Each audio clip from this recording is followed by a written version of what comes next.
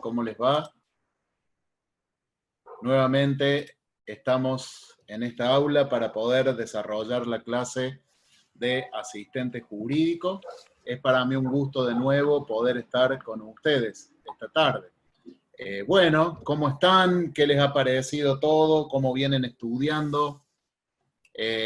¿Cómo les va con el tema de la lectura? ¿Cómo les ha ido con el tema del TP? Hay varios que todavía no los he podido corregir, algunos sí, otros no.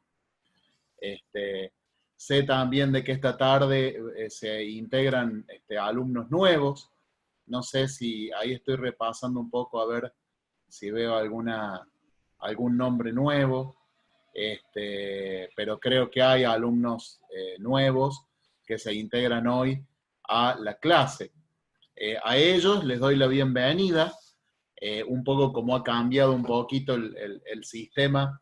Ahora el alumno puede por medio del campus integrarse al grupo de WhatsApp, entonces por ahí si no se presentan yo no lo identifico que hay algún alumno nuevo, así que si hay alumnos nuevos, hoy en la clase les doy la bienvenida, lo primero. Ahí me dice Martín, Esper puede ser que sea. Hola, empecé hoy. ¿Cómo te va, Martín? Un gusto recibirte. A los alumnos nuevos les digo lo siguiente. Entren al grupo de WhatsApp para que estemos comunicados. Ahí en el campus hay un link donde dice grupo de WhatsApp de asistente jurídico. Ustedes ingresan y cuando ingresen me mandan a mí un mensaje por privado o si quieren en público con sus datos, apellido, nombre. Natalia me saluda y dice que empezó hoy, perdón, Narela, no Natalia. Un gusto, Narela, bienvenida. Me mandan un mensaje con apellido, nombre, número de documento y correo electrónico de ustedes, para que yo los pueda anotar en el registro de asistencia, ¿sí?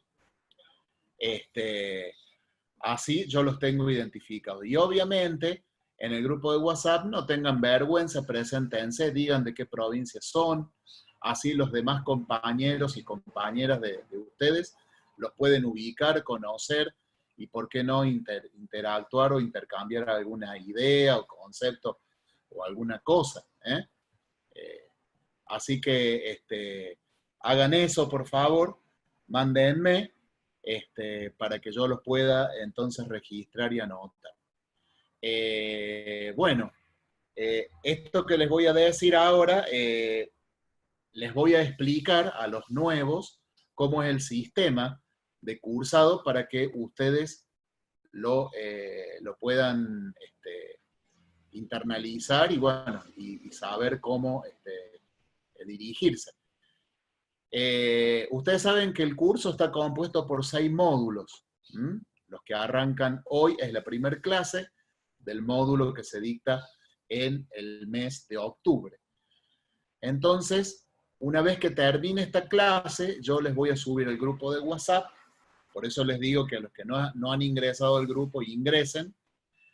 Yo les voy a subir el grupo de WhatsApp, el manual que vamos a usar para estudiar durante todo el mes de octubre.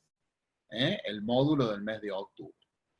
Así que hasta tanto se modifique esto, porque ustedes saben, y les digo a los nuevos, la institución está haciendo algunos cambios que son progresivos y que tienden a mejorar la experiencia académica, haciendo algunas modificaciones en el campus, acomodo de todas las cosas que hay allí, pero mientras no haya una introducción de la institución, el modo del cursado es como yo ahora les estoy diciendo.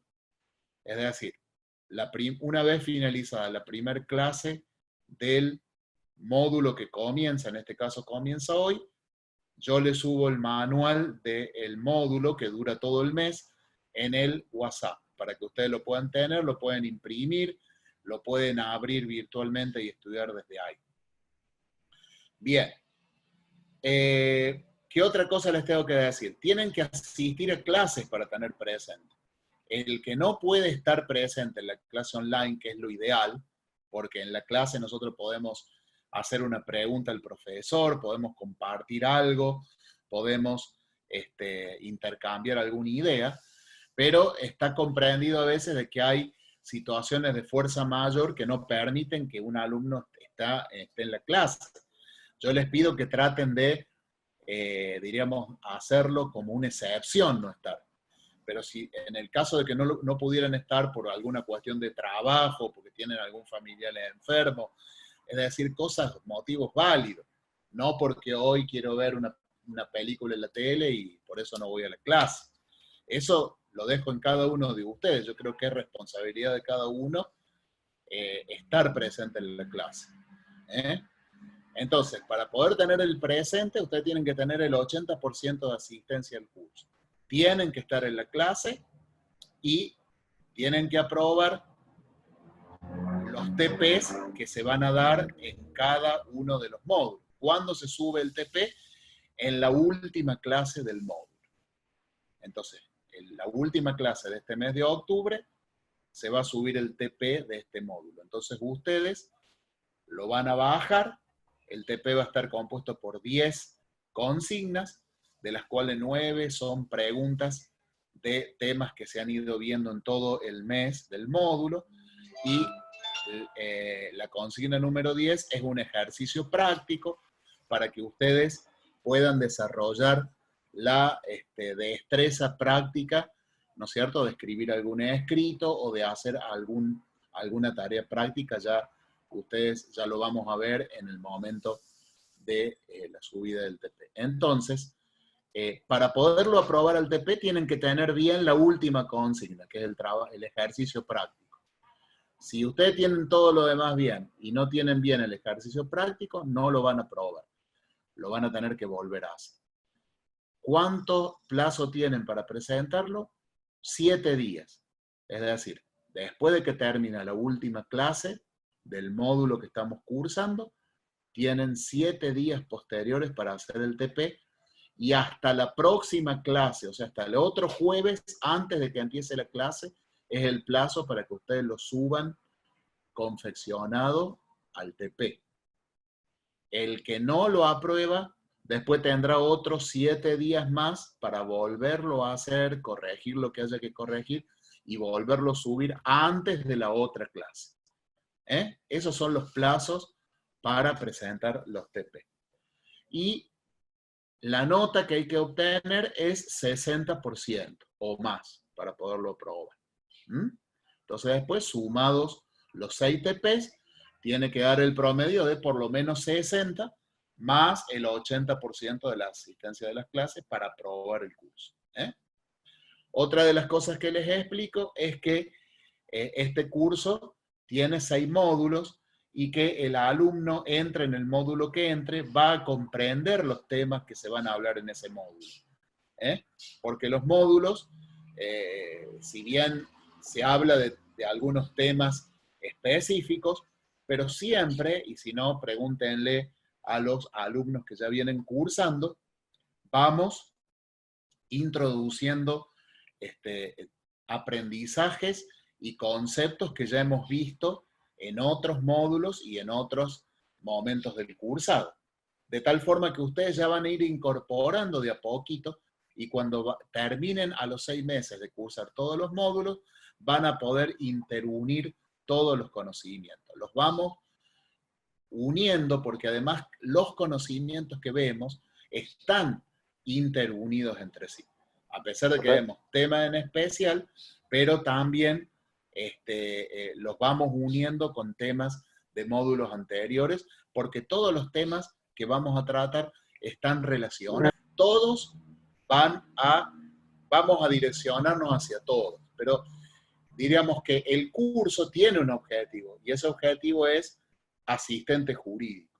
Entonces, yo, como siempre les digo, el que sabe ser asistente jurídico va a saber desarrollar cualquier secretaría en cualquier empresa.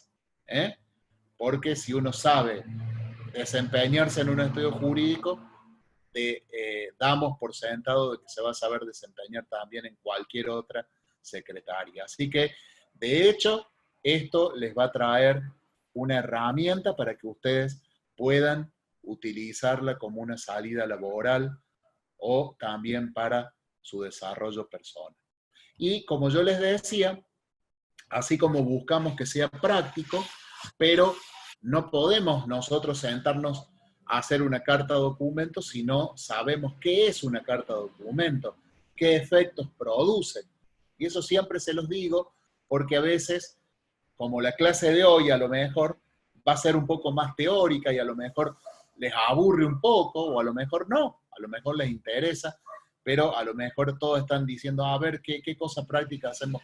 Pero tenemos que también, diríamos, matizarlo con lo que es lo teórico, porque si no, no podemos nosotros ver lo práctico si no conocemos la teoría o qué significa o de dónde proviene una u otra cosa. Entonces, a mí muchas veces me gusta, y los alumnos que ya vienen de antes, que me conocen, saben que me gusta insistir en cómo es el funcionamiento del sistema en el cual vivimos, republicano, representativo y federal, y que a raíz de esa organización es que parten todas las gestiones que nosotros vamos a realizar como asistentes jurídicos, ¿no?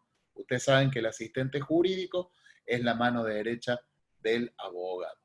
Así que, bueno, dicho esto, vamos a arrancar hoy el derecho, ¿eh? ¿Cuál es el concepto del derecho? Porque nosotros, como asistentes jurídicos, obviamente, estamos inmersos en todo lo que tiene que ver con el derecho. Si somos la mano derecha del abogado y el abogado se ha recibido en la Facultad de Derecho, entonces nosotros, y también como siempre les digo, ustedes como alumnos de este curso, no vayan a creer que están haciendo la carrera de abogacía, porque este curso dura 6 meses y porque obviamente los temas que vemos son más escuetos al lado de lo que se estudia más en profundidad en la universidad. Pero tratamos de que en estos 6 meses de cursado tengan una idea de lo que es el derecho y de sus ramas y de cómo se desarrolla el proceso judicial, los procesos extrajudiciales, y para todo eso entonces es que tenemos que repasar los conceptos para que ustedes lo tengan en claro al momento de desarrollar la tarea como asistente jurídico, ¿verdad?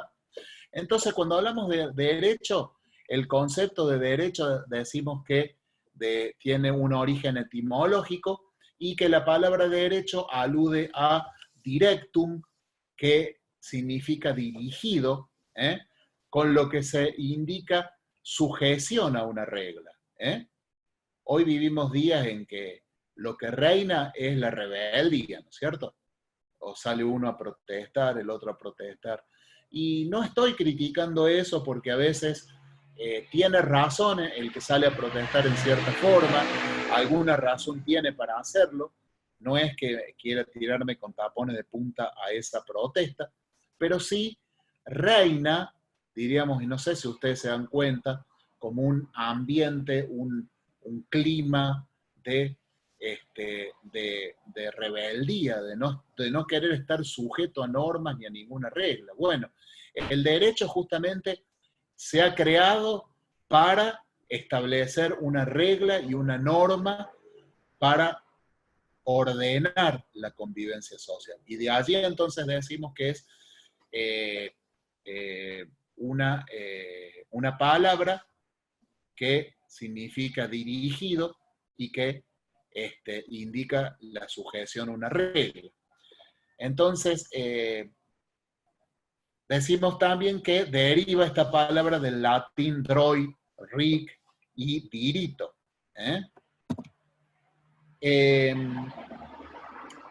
Tenemos un jurista que se llama Arauz Castex, que dice, en cuanto a la definición del derecho, que derecho es la coexistencia humana normativamente pensada en función de justicia. Coexistencia humana. Cuando nosotros pensamos en que los seres humanos están viviendo juntos en los distintos ámbitos sociales, hay una coexistencia humana y está pensada en función de justicia. Un pensador griego dijo que justicia era dar a cada uno lo suyo.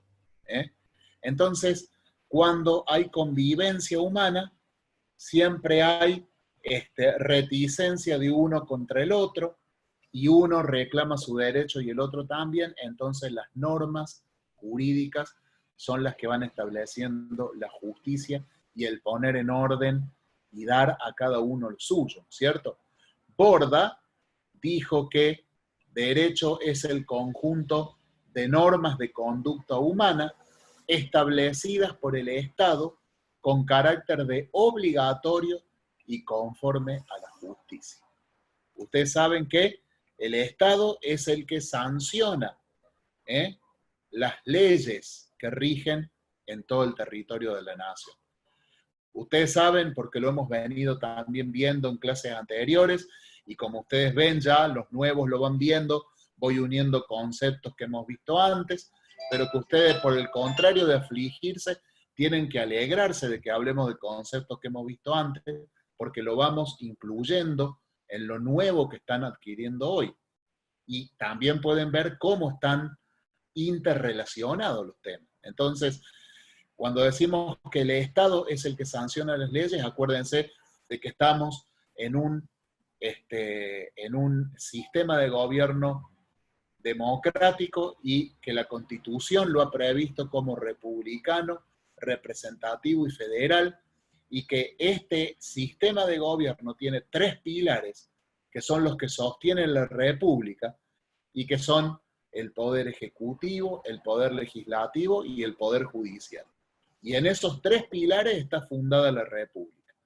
Entonces, las leyes son obligatorias porque las sanciona uno de los poderes del Estado, como lo es el poder legislativo.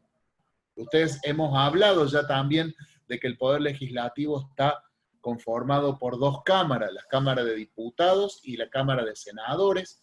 Diputados representa al pueblo, senadores a las provincias, y esas leyes que salen de la sanción de esa Cámara, una vez promulgadas por el otro poder del Estado, que es el poder ejecutivo, que es el que ejecuta, el que hace, conformado por el presidente y vice de la nación y los ministros que este nombre, una vez entonces promulgada por el poder ejecutivo y publicada en el boletín oficial, a los 8 días de su publicación comienzan a tener una obligatoriedad por parte del pueblo de ser respetadas y cumplidas.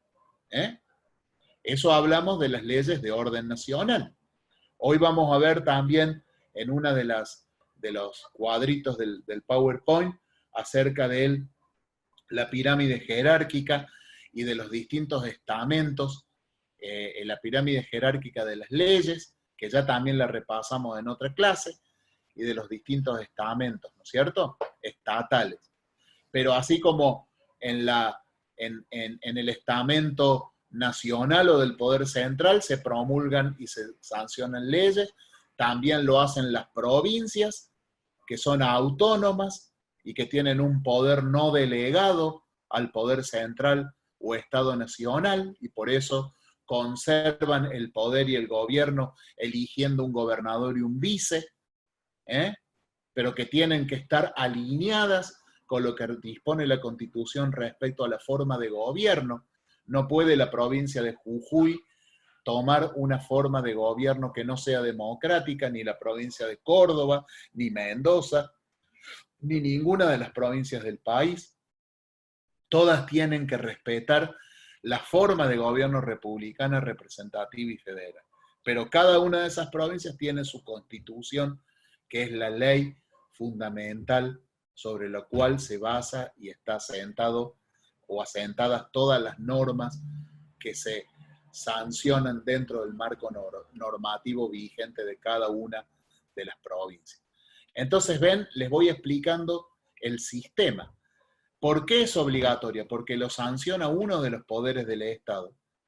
Y esos poderes del Estado, finalmente, descansan en la voluntad del pueblo, porque todo parte de los comicios, de las elecciones, de donde se eligen esas autoridades.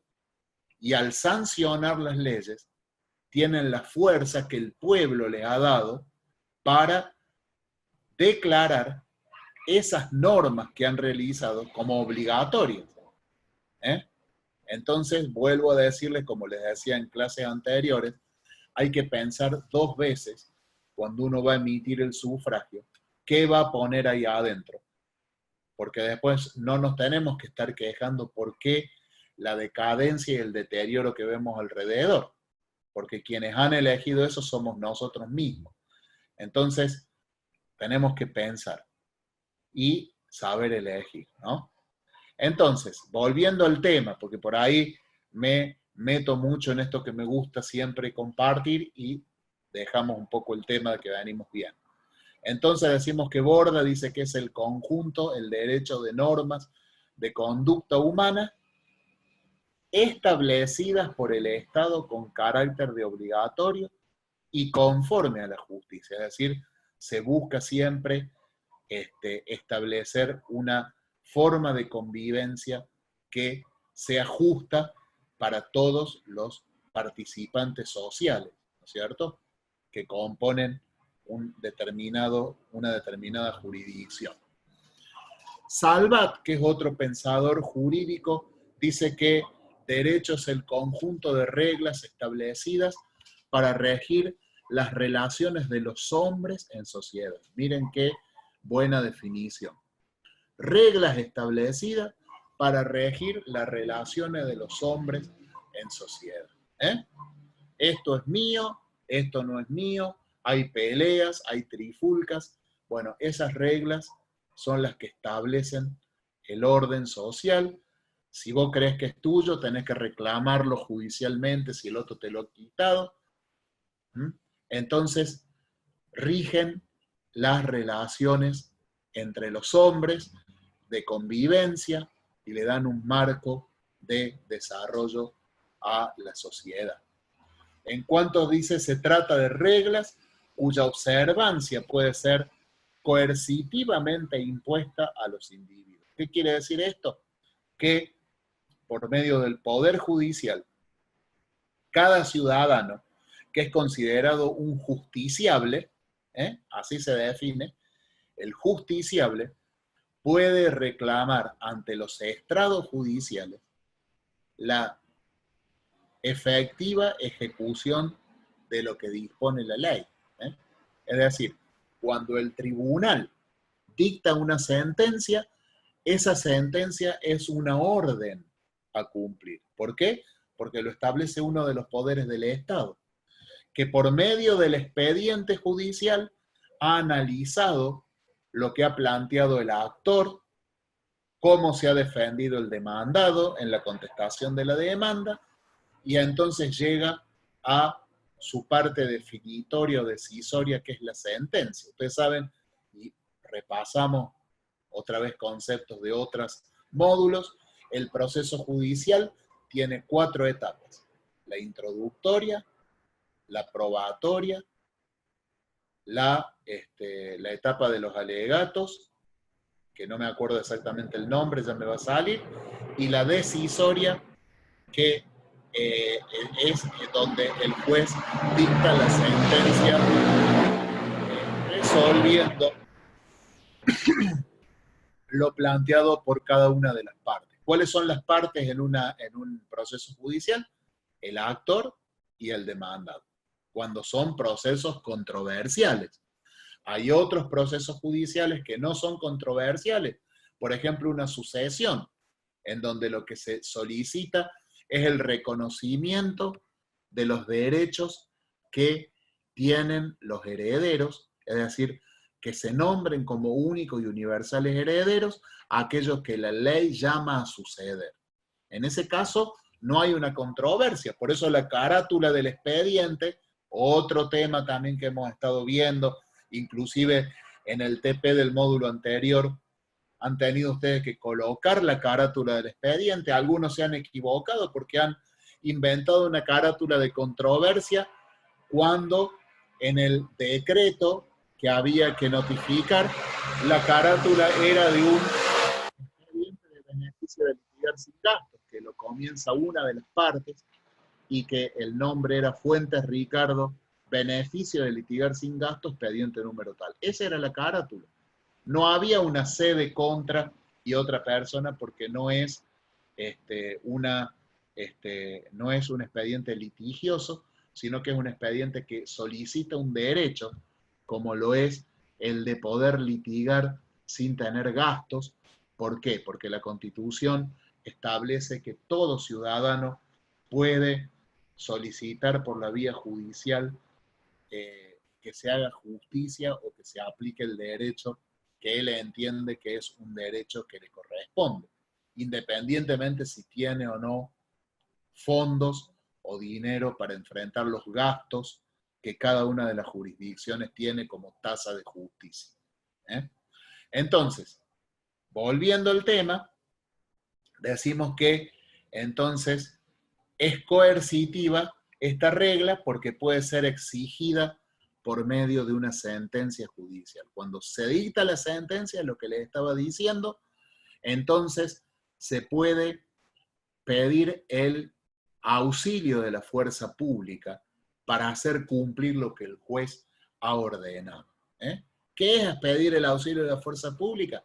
Es ni más ni menos que acudir a la policía de la jurisdicción que corresponda, que es el brazo armado del Poder Ejecutivo, que tiene que estar sujeto a las autoridades electas de la provincia, cuando hablamos de la policía provincial, o si hablamos de la jurisdicción federal, la policía federal, y entonces, por medio de un oficio que emite el juez, ustedes saben que el oficio es uno de los modos en que el tribunal se comunica o habla con otras instituciones, o imparte una determinada orden, o solicita alguna información, por medio del oficio va a ordenarle a la fuerza pública constituirse en el lugar para que se ejecute lo que la sentencia está ordenando. Por supuesto, esto lo decimos, por ejemplo, cuando es un desalojo. Si hay una orden de desalojo, porque, por ejemplo, una persona que alquilaba dejó de pagar el alquiler, ustedes saben que la ley establece que a los 3 meses de haberse atrasado, esa deuda constituye un título ejecutivo. Es como si tuviéramos en la mano un cheque, un pagaré, y podemos iniciar un juicio ejecutivo, que el juicio ejecutivo es mucho más, diríamos, corto en el tiempo o en los plazos que el juicio ordinario. Entonces, en 6 meses ya tenemos una sentencia, 8 meses ya tenemos una sentencia en donde el juez ordena, por ejemplo, el desalojo de la casa. Puede demorar un poquito más, pero si iniciáramos un juicio ordinario es mucho más largo.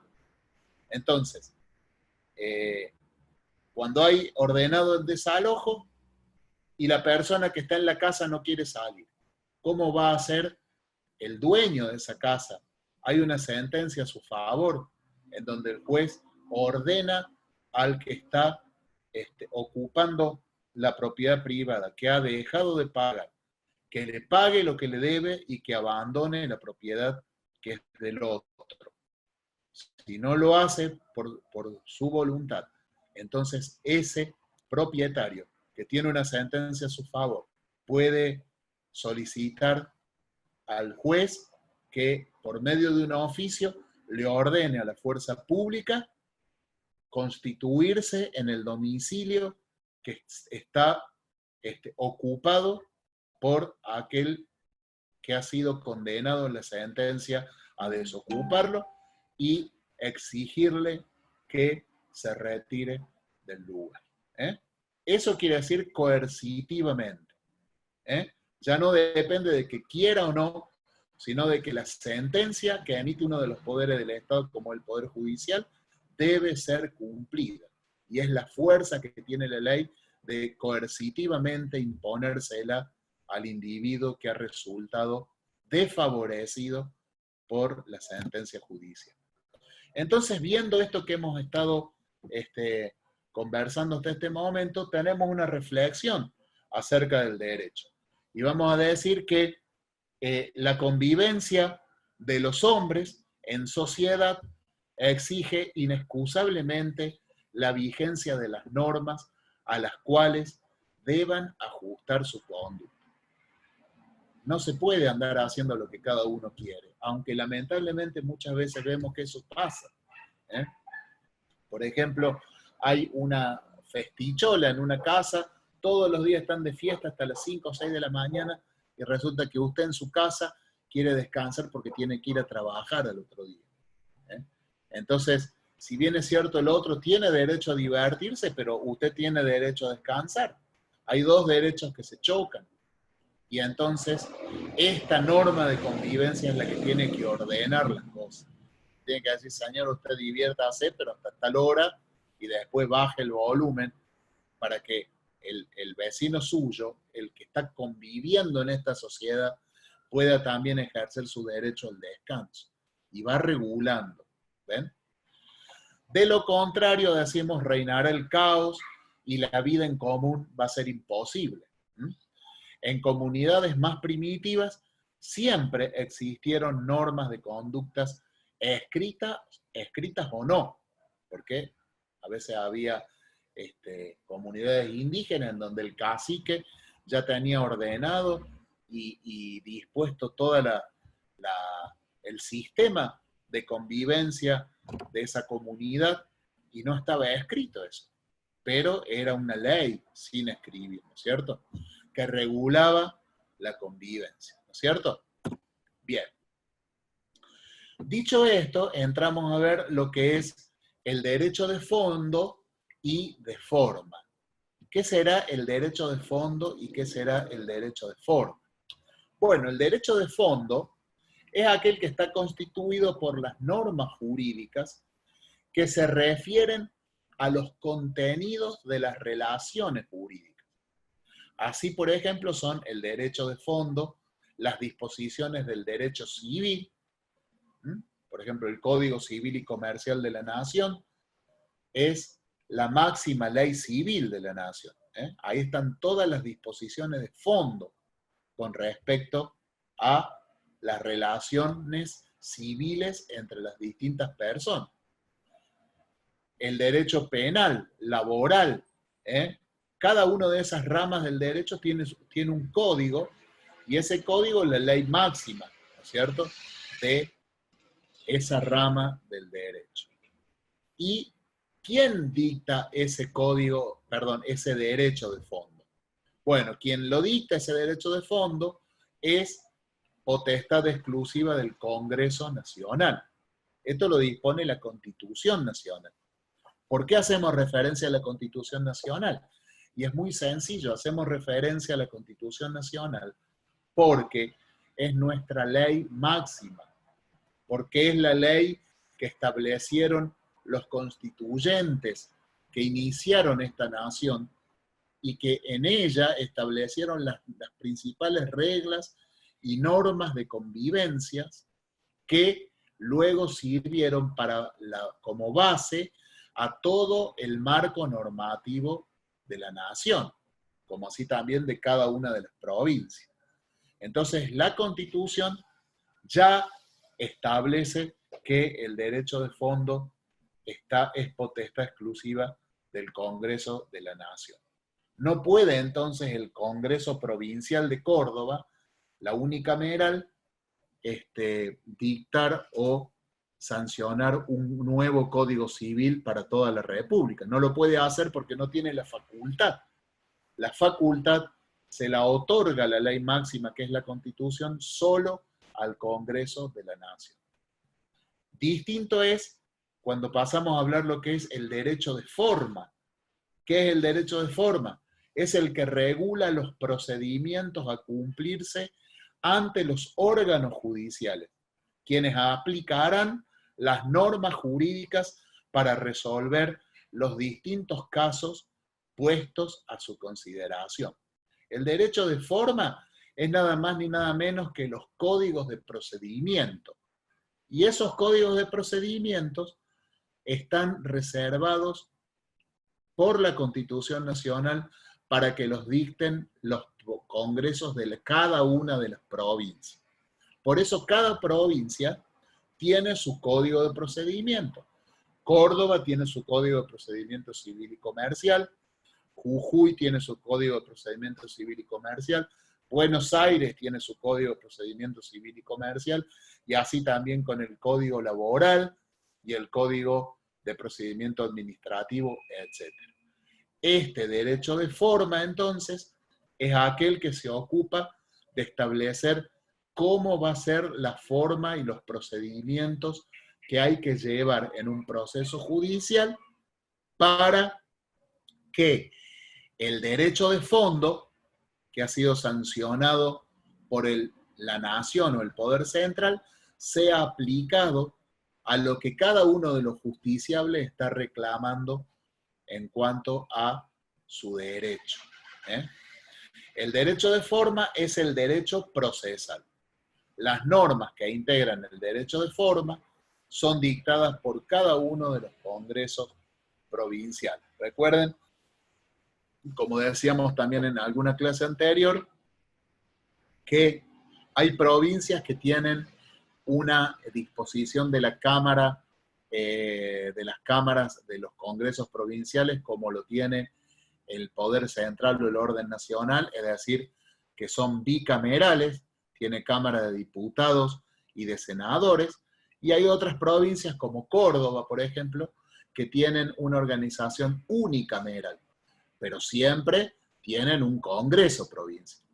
Esa organización unicameral hace que haya o que esté compuesta por representantes del pueblo y de los departamentos provinciales, y esos representantes se llaman legisladores. Los legisladores provinciales son aquellos que representan a el pueblo y los departamentos de la provincia de Córdoba. Y en el orden nacional es bicameral el sistema. Cámara de Diputados representa al pueblo, Cámara de Senadores representa a las provincias. En otras provincias de nuestro país tienen el mismo sistema bicameral de diputados y senadores, como por ejemplo La Rioja, como Mendoza. Ellos tienen el mismo sistema que la nación, pero Córdoba tiene unicameral. De todas formas, así sea que tenga representación o representantes unicamerales, tiene los tres poderes del Estado bien delimitados como manda la Constitución, que es el poder ejecutivo, el poder legislativo y el poder judicial, que son los tres pilares en donde se asienta el sistema republicano, representativo y federal. ¿Sí? Bien. Avanzamos un poco más en el tema y entramos a hablar acerca de lo que son las ramas y divisiones del derecho. Y cuando hablamos de ramas del derecho, hablamos de los grandes temas que el derecho toca y que hacen, diríamos, diferenciar un código del otro. El Código Penal estará tocando todo lo que hace a el delito que pueda cometer cualquier ciudadano y las penalidades que le corresponden. En vez del Código Civil, tocará todo lo que es, como hablábamos hace un ratito, la convivencia civil, cómo se va a organizar la convivencia, habla de las medianeras de las casas de familia, habla de la propiedad privada, habla de los contratos bancarios, todo lo que tiene que ver con lo civil y lo comercial. Por eso es Código Civil y Comercial, porque en la reforma del 1 de agosto en la reforma del nuevo Código Civil y Comercial, que comenzó a regir el 1 de agosto del año 2015, se unificaron el Código de Comercio por un lado y el Código Civil anterior que regía en nuestro país. Y obviamente se modificaron varias cosas en este nuevo código. Bien, entonces la gran clasificación y división en el derecho es, por un lado, el derecho público.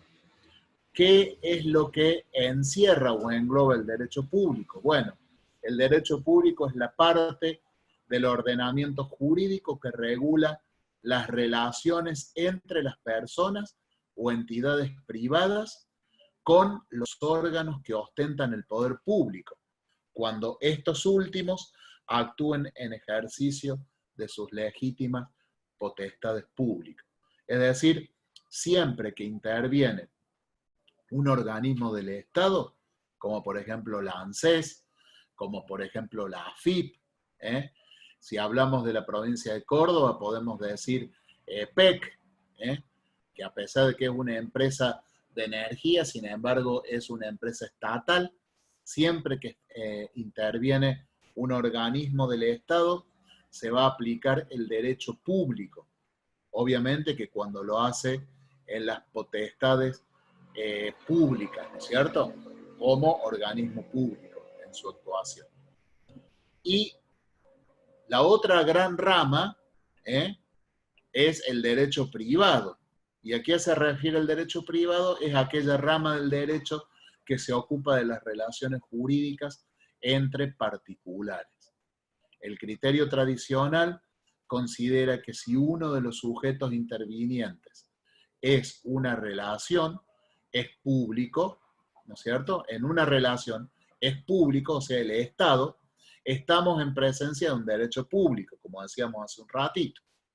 Si el Estado participa, estamos en presencia de que debe intervenir el derecho público.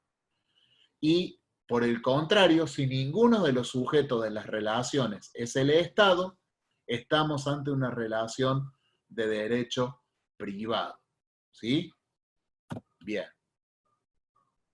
Respecto a la organización del derecho público en Argentina, tenemos algunas clasificaciones dentro del derecho público y algunas ramas del derecho, que son, por ejemplo, el derecho constitucional. Él comprende el conjunto de normas e instituciones jurídicas relativas a la organización de los órganos constitucionales y al ejercicio de los derechos y libertades básicas de los ciudadanos.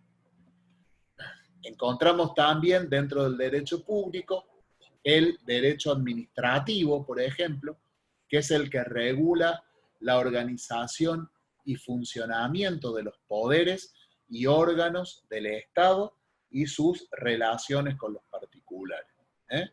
Todo lo que tiene que ver con el desarrollo de los organismos del Estado se le aplica el derecho administrativo.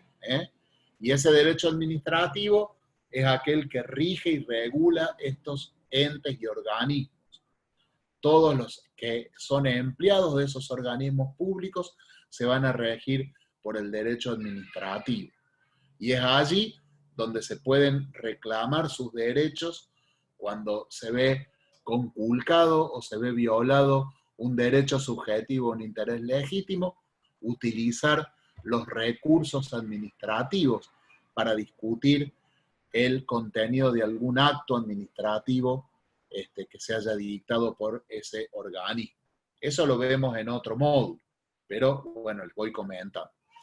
También dentro de la rama del derecho público tenemos el derecho penal, como lo mencionábamos hace un rato también, que regula la llamada actividad punitiva o sancionatoria. ¿Ven?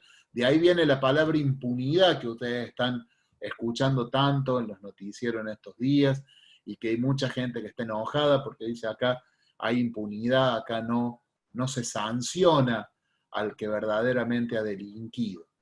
Entonces, el derecho penal es el que se ocupa de las sanciones y de la punitividad, diríamos, de la comisión de algún delito. Y el derecho procesal se integra por el conjunto de normas que regulan los procedimientos a través de los cuales se juzga y se ejecuta lo juzgado. También tenemos el derecho financiero y tributario, que es el conjunto de normas que organizan o que estudian los recursos que constituyen la hacienda del Estado y las demás entidades de carácter público y regulan los procedimientos para obtener ingresos y para ordenar los gastos o pagos. ¿Eh? Por ejemplo, el Código Tributario, ¿ven? Está dentro de lo que es el derecho financiero y tributario. Ese código establece hasta pena de prisión para aquellos que evadan la obligación de la tributación de impuestos que están establecidos por los distintos organismos habilitados por el Poder Ejecutivo, como son, por ejemplo, la AFIP, ¿no es cierto? Para ordenar el cobro de algún impuesto de orden nacional. También tenemos el derecho internacional público, que está integrado por las normas que regulan las relaciones jurídicas de cada Estado con los demás como miembros de la comunidad internacional. ¿No hay ninguna pregunta entonces? Avanzo. Bien. Habíamos visto entonces el tema del derecho público, y vemos ahora, o vamos a ingresar a ver lo que es la división o la rama del derecho privado, ¿no es cierto? ¿Cómo está organizado entonces en nuestro país el derecho privado? En primer lugar, el derecho civil, que está integrado por el conjunto de normas que regulan la persona, la familia, el patrimonio, las relaciones contractuales y la responsabilidad civil extracontractual. Todas estas regulaciones, obviamente, las lleva a cabo lo que dispone el Código Civil, ¿no es cierto? Allí encontramos todo lo que tiene que ver, por ejemplo, cuando habla del tema familia, todo lo que tiene que ver con la responsabilidad parental de los padres, ¿no es cierto?, hacia sus hijos, los progenitores, como le llama ahora el código, todo lo que es el tema del el derecho a alimentos, cuota alimentaria, la relación de visitas, ¿no es cierto?, cuando existe una separación de los progenitores. Todo eso lo regula el Código Civil y Comercial de la Nación, como también regula todo lo que es el tema patrimonial de los ciudadanos, es decir, qué sucede, por ejemplo, cuando una persona muere, y bueno, hablamos del derecho sucesorio de herederos, entonces todo lo que deja el causante, que es el que ha muerto, se le llama el causante, pasa entonces a ser dispuesto y administrado por los herederos que declare el juez, ¿no es cierto?, como únicos y universales herederos, y que se van a regir por la línea del vínculo, de la consanguinidad, ¿no es cierto?, o del vínculo que puede existir por la vía de la adopción, por ejemplo, que es otra de las disposiciones de las leyes civiles. Todo lo que tiene que ver entonces con el desarrollo de la vida civil de las personas lo va a regular el código y obviamente leyes que reglamentan e instrumentan estas disposiciones, ¿no es cierto?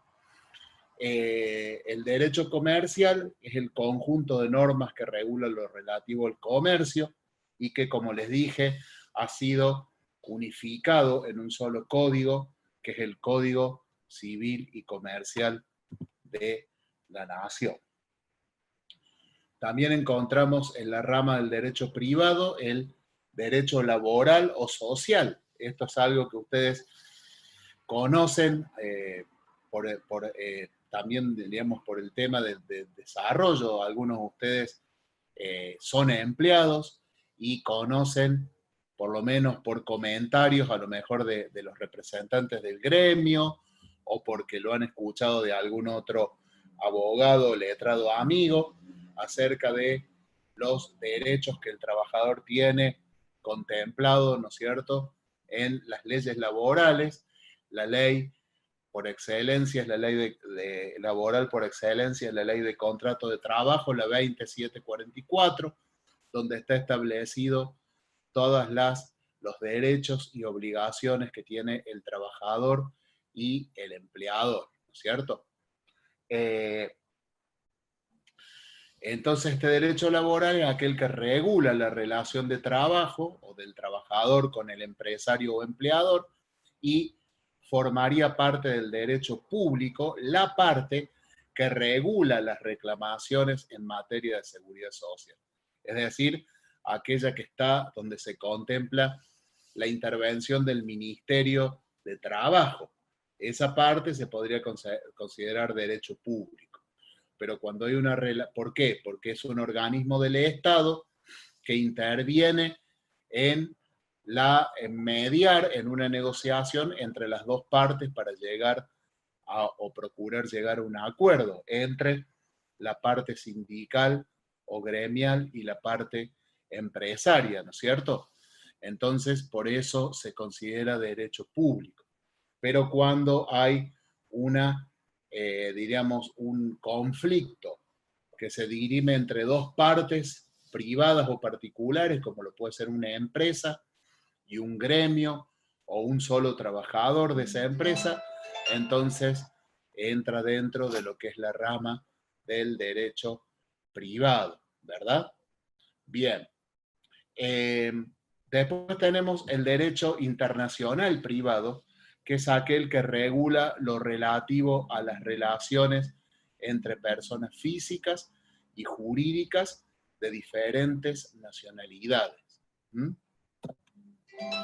Y aquí llegamos a la filmina que yo les había comentado de la pirámide jerárquica de las leyes, que va a refrescarnos cómo es, diríamos, la jerarquía, como lo indica su nombre, de las leyes en nuestro país y cómo están colocadas en orden de prelación y de su vigencia de acuerdo a la jurisdicción en donde rige. Fíjense ustedes que acá tenemos entonces jerarquía de las legislaciones o pirámide jerárquica de las leyes, podríamos decir. Fíjense que en la cúspide de la pirámide o en el vértice máximo o principal, que forma este pequeño triángulo que es el superior de todos, está colocada la Constitución Nacional, que es la ley máxima que rige nuestro país, ¿no es cierto? Que como decíamos,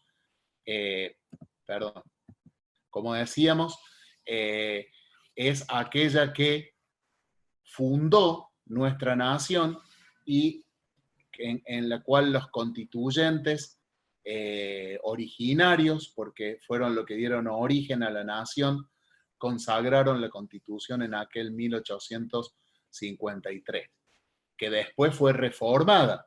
La última reforma constitucional ocurrió en el año 1994 y fue también en ella en donde se introdujeron el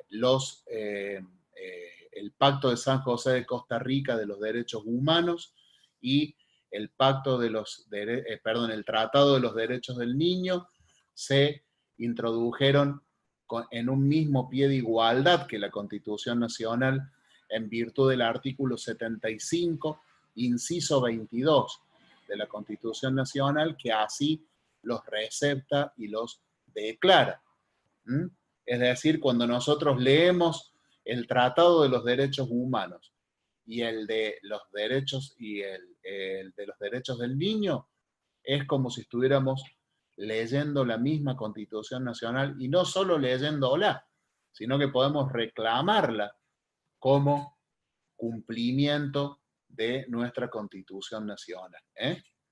Luego de la ley suprema, que es la Constitución Nacional, tenemos diríamos, la sección que sigue de la pirámide, las leyes nacionales. Son aquellas que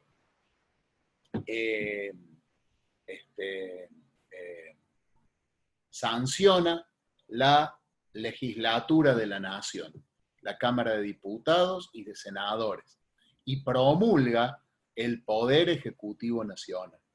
Estas leyes tienen obligatoriedad en todo el territorio de la nación y son leyes que deben ser cumplidas por todos los habitantes de la nación y que pueden ser invocadas para reclamar derechos que ellas mismas establecen. Es decir, pueden y tienen la facultad de la cual hablábamos hace un rato, de poder ser ordenada su cumplimiento y de hacer falta convocarse a la fuerza pública para hacer cumplir lo que la sentencia judicial ordena hacer. Luego, por debajo de las leyes nacionales, tenemos las leyes provinciales. Antes de las leyes provinciales, las constituciones provinciales, y luego las leyes provinciales. Acá está resumiendo todo, diríamos. Pero primero está la constitución de cada provincia, y por debajo de la constitución, todo lo que es el marco normativo interno provincial de leyes sancionadas y promulgadas por esa jurisdicción provincial. Por debajo de las leyes provinciales tenemos otras legislaciones, y nos vamos a referir a las leyes municipales, que son las ordenanzas. Cada una de las provincias tiene sus municipios, y cada uno de esos municipios su poder ejecutivo, que es el intendente y viceintendente, su poder legislativo, como lo son los concejales, o sea, el Consejo Deliberante, y el poder judicial, que son los jueces que ordenan el cobro de las multas o ordenan el cumplimiento de alguna disposición que las ordenanzas establecen a nivel municipal. Entonces, eso está ubicado por debajo de las leyes provinciales, ¿cierto? Y, por último, normas que dicta cada uno de los municipios, que son las ordenanzas municipales. Esto es lo que ustedes tienen que tener siempre bien en claro, esta posición jerárquica que ocupan las normas y las leyes para entender cómo se maneja y desarrolla el sistema en nuestro país. Ahora bien, a raíz de este orden de prelación normativa, decimos que de entre toda la serie de normas de derecho material que forman parte del ordenamiento jurídico argentino, cabe destacar por su importancia, y vamos a nombrar algunos códigos que rigen, por ejemplo, en el orden nacional, ¿ven? Hablamos después de la Constitución, las leyes nacionales. Y decimos que está entonces la Constitución Nacional, y por debajo son leyes nacionales, por ejemplo, el Código Aeronáutico, el Código de Justicia Militar, Código Aduanero, Código Alimentario Argentino, leyes sobre residencia y naturalización, normas tributarias propiamente federales. Tenemos también derecho federal de excepción, atribución originariamente provincial, solo se aplican al Estado federal, y en este caso tenemos el Código Electoral Nacional, el Código de Ética Pública, Código Procesal Penal, existe uno por distrito, Código Procesal Civil y Comercial, existe también uno por distrito, Ley de Procedimientos Administrativos Federal, no existe por el momento Código Contencioso Administrativo Federal. Tenemos el derecho común o de fondo reservado al Congreso Nacional, de acuerdo al artículo 75, inciso 12 de la Constitución Nacional. Eso lo habíamos dicho al principio, que es el Congreso de la Nación el encargado de sancionar los códigos de fondo o el derecho de fondo. Referido a eso, tenemos el Código Civil y Comercial de la Nación, ¿ven? Es una ley de fondo sancionada por el Congreso de la Nación y que, como les dije, en su reforma última comenzó a regir a partir del día 1 de agosto del año 2015. Luego el Código Penal de la Nación, Código de Minería, Ley de Contratos, el derecho público provincial y municipal y normas procesales, potestades de las provincias no delegadas al Estado central. ¿Ven? Eso es lo que no delegó las provincias, que son los códigos de procedimiento, que son los que establecen la manera en que se van a desarrollar los procesos judiciales y cómo se va a llegar a establecer o a dictar la sentencia de algún reclamo de algún justiciable. Eso lo establecen los códigos de procedimiento. ¿Cuántos días de plazo hay para contestar la demanda? ¿Cuánto plazo hay para notificar a las partes? Todo eso lo dispone en los códigos de procedimiento de cada una de las provincias, haciendo cumplir las leyes de fondo, como lo son el Código Civil, el Código Penal, ¿me entienden? Constituciones provinciales y CABA, Ciudad Autónoma de Buenos Aires, leyes de procedimientos administrativos y códigos de procedimientos administrativos provinciales y para CABA, demás códigos de procedimientos salvo CABA, cuya justicia ordinaria se haya retenida en el Poder Judicial de la Nación, derecho público local, provincial y municipal de la CABA, leyes de entidad públicas provinciales. Tenemos también el derecho público provincial y municipal y normas procesales que, como decíamos recién, son potestades de las provincias no delegadas al Estado central. ¿Por qué hacemos hincapié de nuevo en esto? Porque justamente no las provincias que son autónomas son las que conservan ese poder del dictado de sus normas o leyes de procedimiento, que son los códigos de forma. En vez de los códigos de fondo, volvemos a remarcar, están reservados al poder central o al orden nacional por medio de la sanción en la Cámara de Diputados y Senadores de esas leyes. Tenemos las leyes electorales provinciales, tributos provinciales y municipales, códigos de planeamiento urbano y de edificación, atribución municipal. ¿Ven? Acá ya están ubicadas las leyes provinciales, ¿ven? Que están a la mitad de la pirámide jerárquica, y luego ya empezamos con los códigos de planeamiento urbano, que ya serían las leyes municipales u ordenanzas, ¿ven? Código de planeamiento urbano y edificación, atribución municipal y de CABA, normas sobre faltas y contravenciones, por eso es que el Poder Judicial Municipal son los juzgados de falta, ustedes lo habrán escuchado nombrar. El juez de falta notifica, ¿no es cierto?, que tiene tantos días para presentarse a hacer el descargo de alguna multa que se le haya impuesto por la violación de alguna ordenanza municipal en la cual no se haya observado o respetado. Luego tenemos normas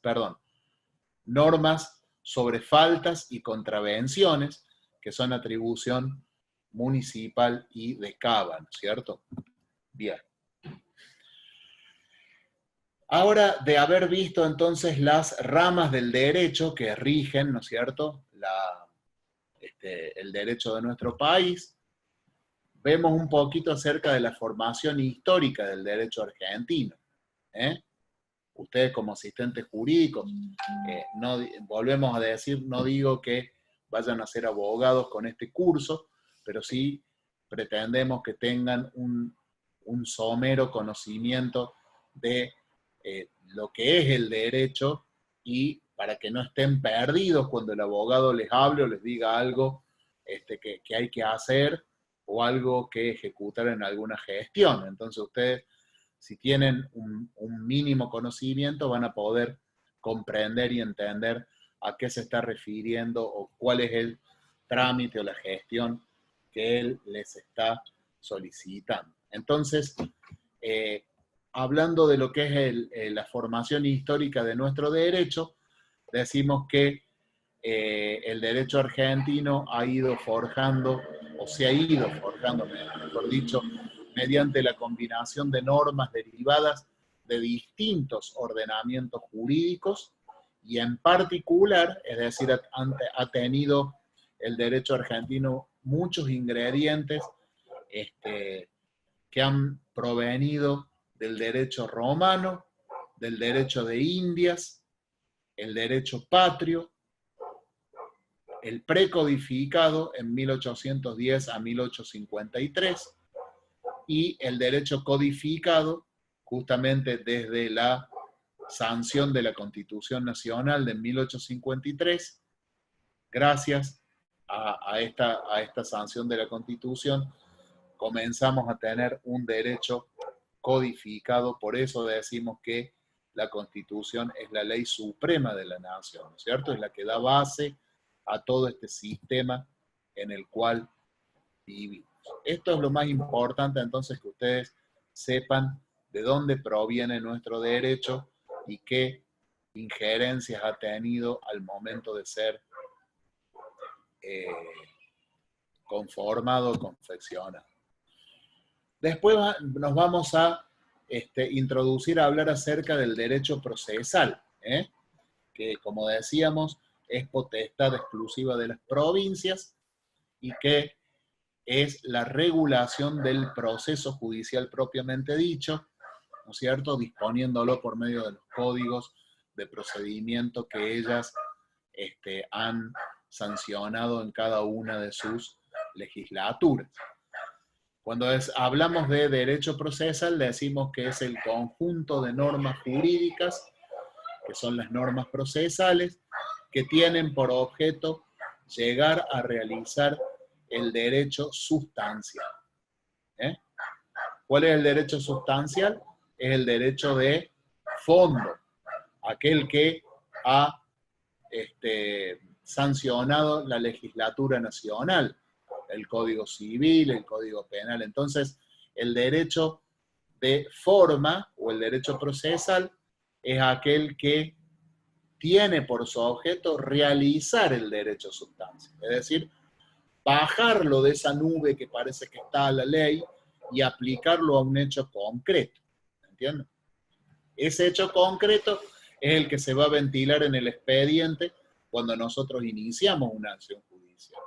Entonces el proceso, el derecho procesal se encarga de eso, de tratar de aplicar la ley de fondo por medio de la ley de forma que establece el Código Procesal. Es la forma en que se debe proceder para que el juez llegue a la aplicación del derecho material. Es el conjunto de normas que regulan la actividad jurisdiccional del Estado, o sea, los órganos y las formas de aplicación de las leyes. Su contenido está plasmado en los códigos de procedimiento y es propio de cada estado provincial, como decía. Bien.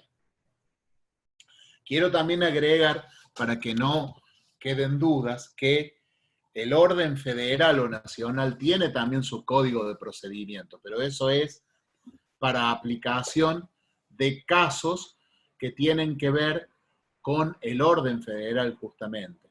Y esos casos los establece la Constitución Nacional. Por ejemplo, cuando hay un organismo nacional que interviene en algún hecho, entonces va a entender la justicia federal. Es decir, supongamos algún, alguna controversia que se genera, por ejemplo, entre la Universidad Nacional de Córdoba y un particular, ¿a dónde se debe ir? ¿Cuál es la jurisdicción? Es la federal. ¿Por qué? Porque hay un organismo de la nación que está interviniendo en esa controversia, en esa relación controvertida entre el particular y ese organismo que es la Universidad Nacional. ¿Eh? Por ejemplo, la Constitución Nacional establece que cuando en una controversia interviene un representante de alguna nación extranjera, debe entender la justicia federal en esa controversia. Por ejemplo, si el cónsul de Italia, que reside aquí en Córdoba, tiene alguna controversia con un particular, un accidente de tránsito, una demanda por alguna deuda que no se le ha cancelado, lo que sea, tiene que acudir a los estrados judiciales del Poder Federal, es decir, a los tribunales federales que están aquí en el Parque Sarmiento, no al Palacio de Justicia 1 que corresponde a la justicia provincial. ¿Por qué? Porque es jurisdicción federal y porque así lo establece la Constitución Nacional. Otro ejemplo que les puedo dar para que vean que el orden federal tiene sus códigos de procedimiento, también tiene sus códigos de procedimiento para poder bajar la ley de fondo a los hechos propiamente dichos cuando se tratan de la jurisdicción federal. Por ejemplo, cuando existe una controversia entre dos provincias, como está tan de moda ahora el tema del levantamiento de fronteras, la prohibición de paso entre una provincia y otra por el tema de la cuarentena, que ha habido tantos reclamos de ciudadanos, entonces hay que ir a la justicia federal, porque cuando hay, diríamos, controversia de una provincia con la otra, lo debe dirimir la justicia federal. Y eso lo establece la Constitución Nacional, que es la ley máxima de la nación. Entonces, dicho esto, seguimos y decimos que la función judicial, ¿cuál es la función judicial y la intervención del derecho procesal? Decimos que cuando media un conflicto entre particulares o entre partes y el Estado, referente a derechos subjetivos privados, y cuando se encuentre en tela de juicio la aplicación de alguna sanción de naturaleza penal, la intervención de un órgano judicial es constitucionalmente ineludible. Ustedes vieron que el derecho penal establece, que se accione, ¿no es cierto?, que se accione el sistema de intervención estatal de oficio. ¿Qué les estoy queriendo decir con esto? Cuando hay cuando alguien comete un delito y la policía interviene, por ejemplo, que es un organismo estatal, bueno, de oficio genera por medio del procedimiento la intervención del fiscal y de la justicia para que esa causa se inicie en una investigación y en una persecución de aquel que ha cometido un delito. Y esto es lo que ocurre cuando es de orden penal, ¿no es cierto?, que excita los órganos judiciales de oficio, mediante la intervención de alguno de los organismos del Estado, como es la policía, ¿no es cierto? Bien. Cuando pasamos a hablar de las jurisdicciones, en respecto al proceso, al derecho procesal, decimos que la jurisdicción es la potestad que tienen los jueces y tribunales del país de poder ejercer sus facultades dentro de un territorio determinado, y que obviamente lo establece una ley previa. ¿Mm? Y esta jurisdicción también decimos que es la facultad y deber de un órgano judicial de administrar justicia cuando medie un conflicto entre particulares o entre particulares y el Estado, o se encuentra en tela de juicio la aplicación de una sanción penal. Tenemos también algunas clasificaciones de la jurisdicción y de acuerdo a distintos puntos de vista. ¿Cuáles serían? Según estos distintos puntos de vista, tenemos la jurisdicción contenciosa, que es cuando hay conflicto de intereses entre las partes. La jurisdicción voluntaria, cuando no existe conflictos de intereses. Según el órgano del poder de donde emana. Administrativa, cuando nosotros la clasificamos según del poder donde emana, podemos decir que la jurisdicción se puede clasificar en administrativa, que es la que realiza el poder ejecutivo, la legiferante, que proviene del poder legislativo, y la judiciaria, la realizada por el poder judicial. Según la forma de nuestro gobierno, tenemos los distintos estamentos del Estado, como venimos conversando, y tenemos el federal o nacional, que es la ejercida por el Poder Judicial de la Nación. Como les explicaba recién, en qué situaciones interviene el Poder Judicial de la Nación, que están determinadas por la Constitución. La provincial, la jurisdicción provincial, es la que es ejercida por los tribunales creados por las provincias, y que obviamente está delimitado por los límites, valga la redundancia, del territorio provincial al cual nos hagamos referencia. Luego, cuando decimos o hablamos de competencia, estamos hablando de que es el límite de la jurisdicción, la competencia. Es decir, es la capacidad o aptitud que la ley le otorga a un juez o tribunal para ejercer sus funciones con respecto a una determinada categoría o de asuntos o durante una determinada etapa del proceso. Capacidad o aptitud que la ley le otorga a un juez o tribunal para ejercer sus funciones con respecto a una determinada categoría de asuntos o durante una determinada etapa del proceso. ¿Qué sería la competencia? Por ejemplo, un juez del orden civil no tiene competencia para entender en un proceso laboral, porque no está, no ha sido, diríamos, no tiene la facultad de intervención justamente porque carece de competencia en razón de la materia.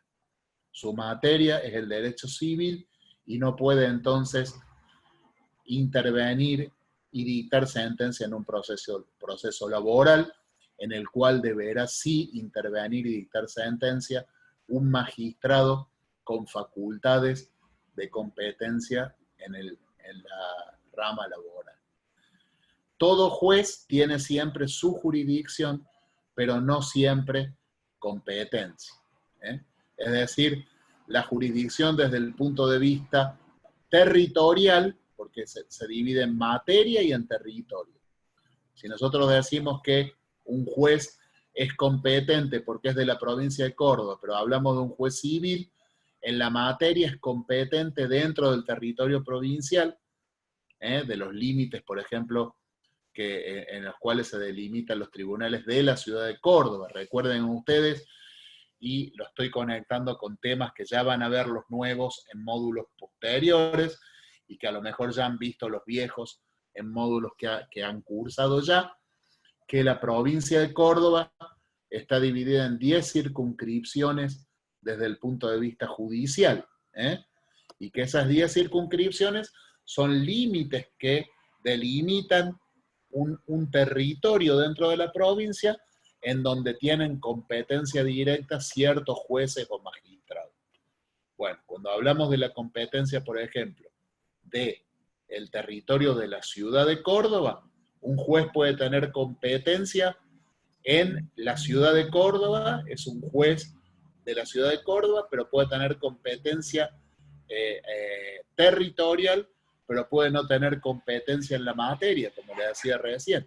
Es decir, por más de que un proceso laboral que corresponde a la ciudad de Córdoba sea presentado una demanda ante un juez civil, ese juez civil, por más de que sea del territorio de la ciudad de Córdoba, tiene competencia del orden del territorio, pero no en el orden de la materia, porque, como les decía, la rama del derecho laboral no es la misma que la rama del derecho civil. Entonces, tengan ustedes en cuenta esto para establecer la diferencia que existe en la facultad de tener competencia o no ante una causa judicial y inicio, ¿cierto?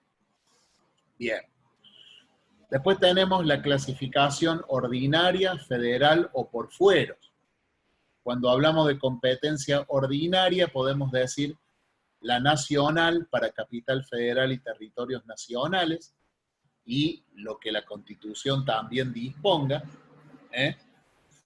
como ser los casos que les he mencionado. La provincial, que es la justicia propia de cada provincia, y vayan relacionando los estamentos del Estado. Hablamos del orden nacional, provincial. Entonces, eso también es competencia. Y por razón del territorio, hablamos, contempla la proximidad del órgano judicial con el lugar en que se haya ubicado alguno de los elementos de la pretensión que constituye el objeto del proceso. Por ejemplo, cuando hablamos de un juicio sucesorio, el código establece que el tribunal que va a entender en la sucesión es el que tiene competencia y está ubicado en el último domicilio del causante. ¿Cuál era el último domicilio del causante? Bueno, el tribunal que está, que tiene competencia en esa jurisdicción del último domicilio del causante, es el que va a entender en la causa de la sucesión que se quiera, ¿no es cierto?, iniciar. Competencia ordinaria, por la razón de la materia, se divide en civil, comercial, penal y laboral. Ven, acá estamos un poco desglosando lo que recién explicaba. Por razón del valor, se clasifica de acuerdo al monto de la demanda. También hay jueces que son competentes cuando es de un monto en adelante o cuando el monto de la demanda es menor a ese número que se reclama. Eso, cada ley de cada provincia tiene sus disposiciones internas y le va a dar la facultad de ser competente o no al juez de acuerdo a lo que dispone esa regulación normativa. Por razón del grado, existen distintas instancias, es decir, un juez que es competente de primera instancia para entender en una causa que se ingresa en los tribunales, no tiene competencia para disponer o juzgar en la Cámara de Apelaciones, por ejemplo, que es la instancia superior a la pirámide jerárquica del Poder Judicial. Recuerden que las instancias eran primera instancia, que está en la base de la pirámide, luego la segunda instancia, que son las cámaras de apelaciones, y la última instancia, o el órgano superior del Poder Judicial, que es el Tribunal Superior de Justicia, aquí en la provincia de Córdoba. En otras provincias se llama Corte Suprema de Justicia. Aquí es Tribunal Superior de Justicia, ¿sí? Bien. Por razón del turno, también tenemos competencia. Y En el civil y comercial se considera la fecha de presentación de la demanda. En lo penal, el juez de turno es competente de acuerdo a la fecha en que ocurrió el delito. ¿Se dan cuenta? Hay diferentes parámetros para cada una de las ramas del derecho y mirando provincia a cada una de las provincias. Respecto a la competencia federal, se aplica en función de la materia, por ejemplo, contrabando, es decir, la Constitución establece cuando hay un hecho de contrabando, lo debe entender los tribunales federales en esos hechos, ¿no es cierto? Cuando, por ejemplo, en razón de, o en función de las personas, por ejemplo, si interviene algún organismo del Estado, también debe entender la justicia federal, como lo comentábamos hace un rato. El lugar donde se produjo el hecho, por ejemplo, en la Universidad Nacional de La Plata, en la aduana, como yo les puse el ejemplo en la Universidad Nacional de Córdoba, al ser un organismo del Estado Nacional, entiende la justicia federal. La competencia federal es la facultad reconocida a los órganos que integran el Poder Judicial de la Nación para ejercer sus funciones en los casos con respecto a las personas y en los lugares especialmente determinados por la Constitución Nacional, como les había comentado. Respecto a la competencia federal y sus caracteres, decimos que es limitativa. ¿Por qué? Porque no puede ejercerse fuera de los casos expresamente enumerados en las disposiciones constitucionales. Por eso les he ido remarcando que es la Constitución Nacional la que dispone expresamente en qué casos entiende la justicia federal. Es privativa la competencia federal. ¿Por qué? Porque es excluyente de la de los tribunales de las provincias. No pueden intervenir los tribunales de las provincias cuando la Constitución Nacional establece la competencia federal. Es improrrogable en el supuesto de ser procedente por razón de la materia. Por fueros también podemos clasificarla, es decir, la competencia federal, también tenemos el fuero civil y comercial, el penal, el laboral y el contencioso administrativo. Y con esto que estamos diciendo, bueno, hemos llegado al final del desarrollo de los temas de la clase de hoy, que es la primera clase del módulo.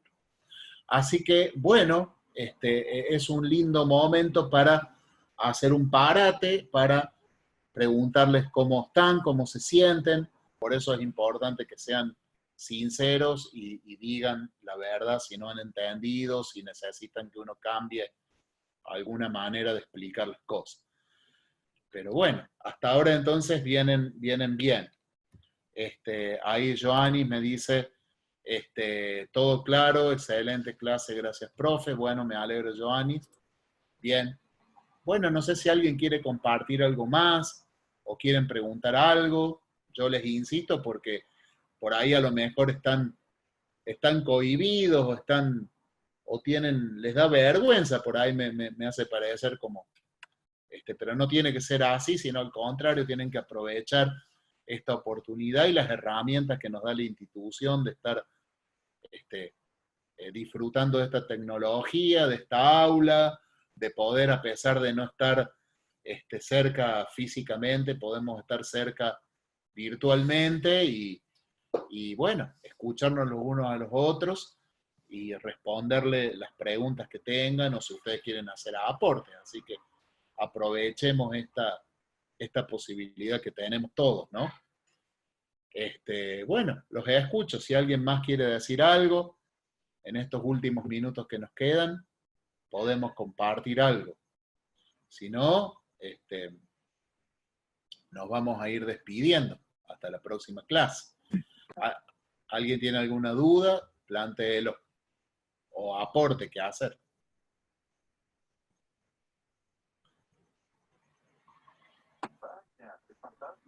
Bueno, estoy viendo entonces que está todo bien, que no tienen dudas. Como siempre les recuerdo, tienen los canales abiertos de comunicación conmigo y con la institución, el grupo de WhatsApp, el campus. Ustedes pueden ingresar ahí a uno de los iconos que es atención al alumno, creo que se llama. Ustedes ingresan y tienen allí, les despliega un campo para elegir a quién se quieren dirigir. Me pueden mandar a mí un mensaje como si me mandaran un WhatsApp, pero lo hacen por medio del campus. Le pueden mandar a la administración, a distintos sectores de la institución, y obviamente van a ser respondidos sus mensajes. Así que pueden participar por allí o plantear alguna duda o consulta que tengan. Siempre lo que sea administrativo, no me lo pregunten a mí, pregúntenselo a la administración, todo lo que tiene que ver con la parte propiamente dicha de la docencia o de la materia que estamos viendo. Obviamente me preguntan a mí o me proponen cosas. Yo siempre voy a escucharlos y a considerar lo que me propongan. Así que, bueno, si nadie más tiene nada que decir o alguna duda para preguntar, nos vamos entonces a despedir hasta la próxima, hasta el jueves para todos. Que tengan un muy buen fin de semana, una muy buena noche y estamos en contacto por los medios que ya hemos mencionado.